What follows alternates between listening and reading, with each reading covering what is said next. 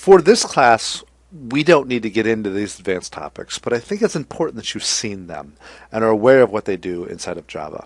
So synchronization is a way of getting two threads to play nicely together when there's shared resources that can't be essentially stepped on top of each other. Think of it this way.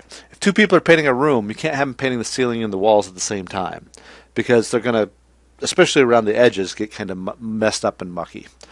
We need to be able to synchronize that work. And so the way we do that in Java is every object inside of any Java class has an object lock. And that lock is built in. It's from the Java object class. Every automatically gets it. Every class object automatically gets it. And threads have to acquire the lock when the locking mechanism is activated in order to be able to work with that object. It's something that's just built in. Everything's there. And I turn it on when I get into my object as I'm implementing some of the methods. It ensures that one thread at a time accesses it. So once I've turned it on inside that object, I turn it on specifically for certain parts of the object, as we're going to see. That object has a lock. And in order for a thread to use it, it has to steal the lock. And if that lock isn't there with that object, then no other thread can access it until that first thread puts it back. This is metaphorical, and it's implemented in code we don't have to mess with, but this is the way it behaves. So you can think of it this way. It's like the bathroom key to a gas station. If somebody takes it, they take it into the bathroom with them, nobody else can use the bathroom until they bring the key back. And so if I'm waiting for the key as a thread, I go into what's called the lock pool. The lock pool is conceptual here, but it's just basically a place where threads are kept first come, first serve, where the next thread to come along and waiting for the lock gets the lock when it becomes available. So we can take a look at this process by when a thread starts up. We got to remember the thread doesn't run immediately. It goes into a state of called eligible to run. The Java runtime environment, the scheduler, tells it when it's ready to go. And so at some point, the scheduler says, okay, your turn, go run. And it goes to currently using the processor. At some point, it might ask for an object lock. If it's available, it gets it immediately, it keeps working. If it's not available, I go into the lock pool. That's this box over here on the left where I'm waiting for the object lock. Once I get the object lock, once it's released, I go back into an eligible to run state. So if I wait around for a weeks for the object lock, I'm not going to be eligible to run. I'm not going to be wasting anybody's time thinking I could run until I get that lock. It's obviously in a computer program, it's not weeks, it's going to be seconds at most. But hey, I'm not taking up anything in the meantime. So the way I add the lock to a class, to an object, is I use the synchronize keyword. And I can add that in a couple different places. The most common place to add it is on a method. So in a synchronized method, what I'm saying is any method that's synchronized inside of this class must acquire the lock first. And once I have the lock, I can access any of these methods. But there's one lock for all the methods inside of there. It's not one per method. It's for the whole object. So you can think of it this way. Just because I get the bathroom key doesn't mean somebody else can come in and use the sink. When I have the key, I have the whole room to myself. I can wash my hands. I can go potty.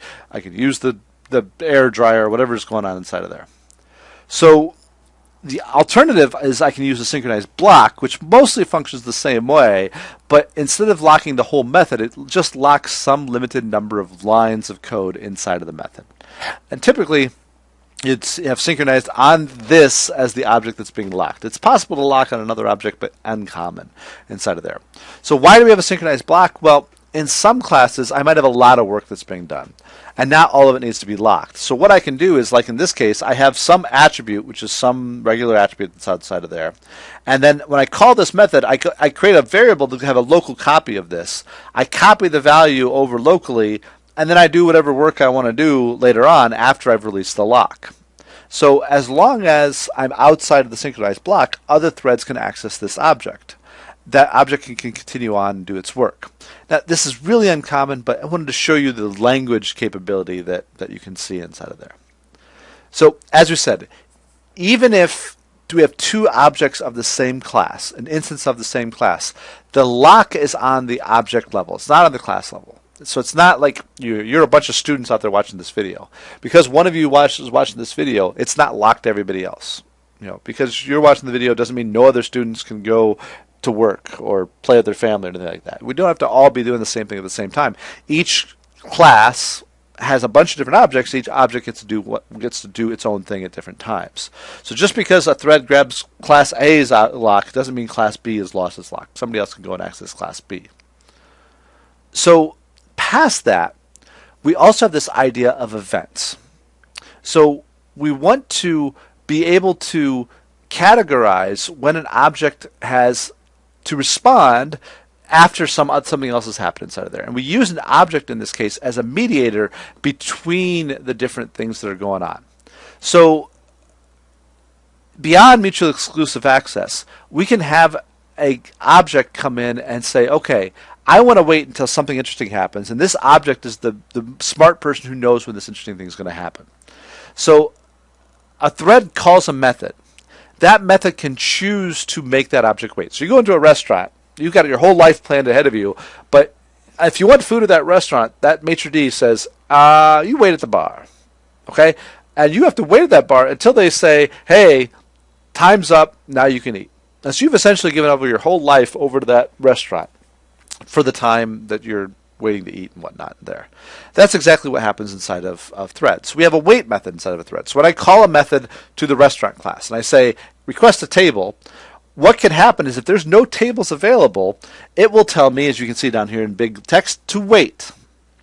And I sit there and my thread stops execution on the wait method until the table comes available. Could be a second later, could be a month later, could be a year later. It just sits there and waits until that happens. So the wait method is a way of synchronizing different events across different objects. Now, I don't necessarily want to wait at that restaurant the rest of my life. So I can also, as a thread, say wait for some maximum amount of wait time. If for some reason, like let's say I'm waiting for a network access to happen. I know I'm going across to a database, and that database read should take 2 seconds. But if it takes more than 5 seconds, I don't want to wait around for it. I can put a wait time in there of 5 seconds. And then after 5 seconds, I will just have an exception that happens. And then I can handle that exception and go about in some different way. So that's the way this mechanism works. Now, the flip side to the wait is called notify. So if we have this method over here to bus tables, when the table comes back and table's available and I add a table back into the pool of tables, I call notify, which then takes the first person waiting for a table and then they get the table that came available. Now, there's no logic about, okay, how many big the party is or anything like that. Don't take the analogy too quickly. It literally takes the first one and gives it to them. If you need additional criteria or some prioritization or something like that, that's up to you to code that stuff in. So you need to be able to go off and choose what's appropriate. But the notify method is what lets the next one in line know it's coming along. Now, the alternative to that is I could have something like a big sit-down restaurant. Everybody sits down, and when the buffet is ready, like at a wedding, and say, okay, the food's now served. And everybody can get up and go get in line. Well, the counter to that is the notify all method. Notify all takes everybody who's waiting at that moment and kicks them off, and they go off and go get their food at that point. So the way this works inside of the state diagram is important because it's different from the object lock. This has nothing to do with the object lock, and necessarily. It could have something to do with the object lock. It just depends on how you've coded it. But again, a thread starts up. The object we're into a state where it's now eligible to run, but it's not running yet. We have to be able to go off and wait for the scheduler. When the scheduler gives it the processor, I'm doing my work, I run my lines of code, I call some method. Inside that method, it says wait. So at that point, I go waiting for an event. If I'm waiting for an event, if I had an object lock, I lose that object lock. Okay, so I don't necessarily get to run right away when I come back in. If I'm waiting for something, then I want to be able to have other people access that. So you have to be careful on waiting and locking just to make sure you don't have some mismatch of how you want the behavior to work. So when I have some wait, I want to make sure that those resources are available to everybody else, that I don't have something that could be overwritten or lost to that object that got told to wait. Now, once I get a notify all, I either time out or I'm interrupted. Then I go back to waiting for the lock if I need the lock. If there's no lock involved, I go right back to eligible to run. So all this cycle needs to be accomplished. So I might start running, and have to wait for the lock. I go running again, start running again, then have to wait for an event. Then I have to go back and wait for the lock again, then wait for the run, and then come back and forth. Now notice through all this, there's other reasons I could be blocked. Could be just a more important thread comes up. That happens a lot. I don't run start to end in most time of the thread. I'm going to be interrupted in some time I do the work. We'll see this in the demo. You probably saw it in the demo already. You probably watched that video already. But this is the life cycle. This is all the capabilities I can do with threading. I'm not telling you all the design pieces or how I solve different problems with that. I'm going to leave that to you.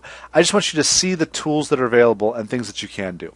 As I said, for the most part, threading is really uncommon for you to do by hand. You're going to have a web framework that's going to help you, or a batch framework that's going to help you, or a GUI framework that's going to help you. But there are times where you do need to do threading, and these are the tools by which you can make that happen.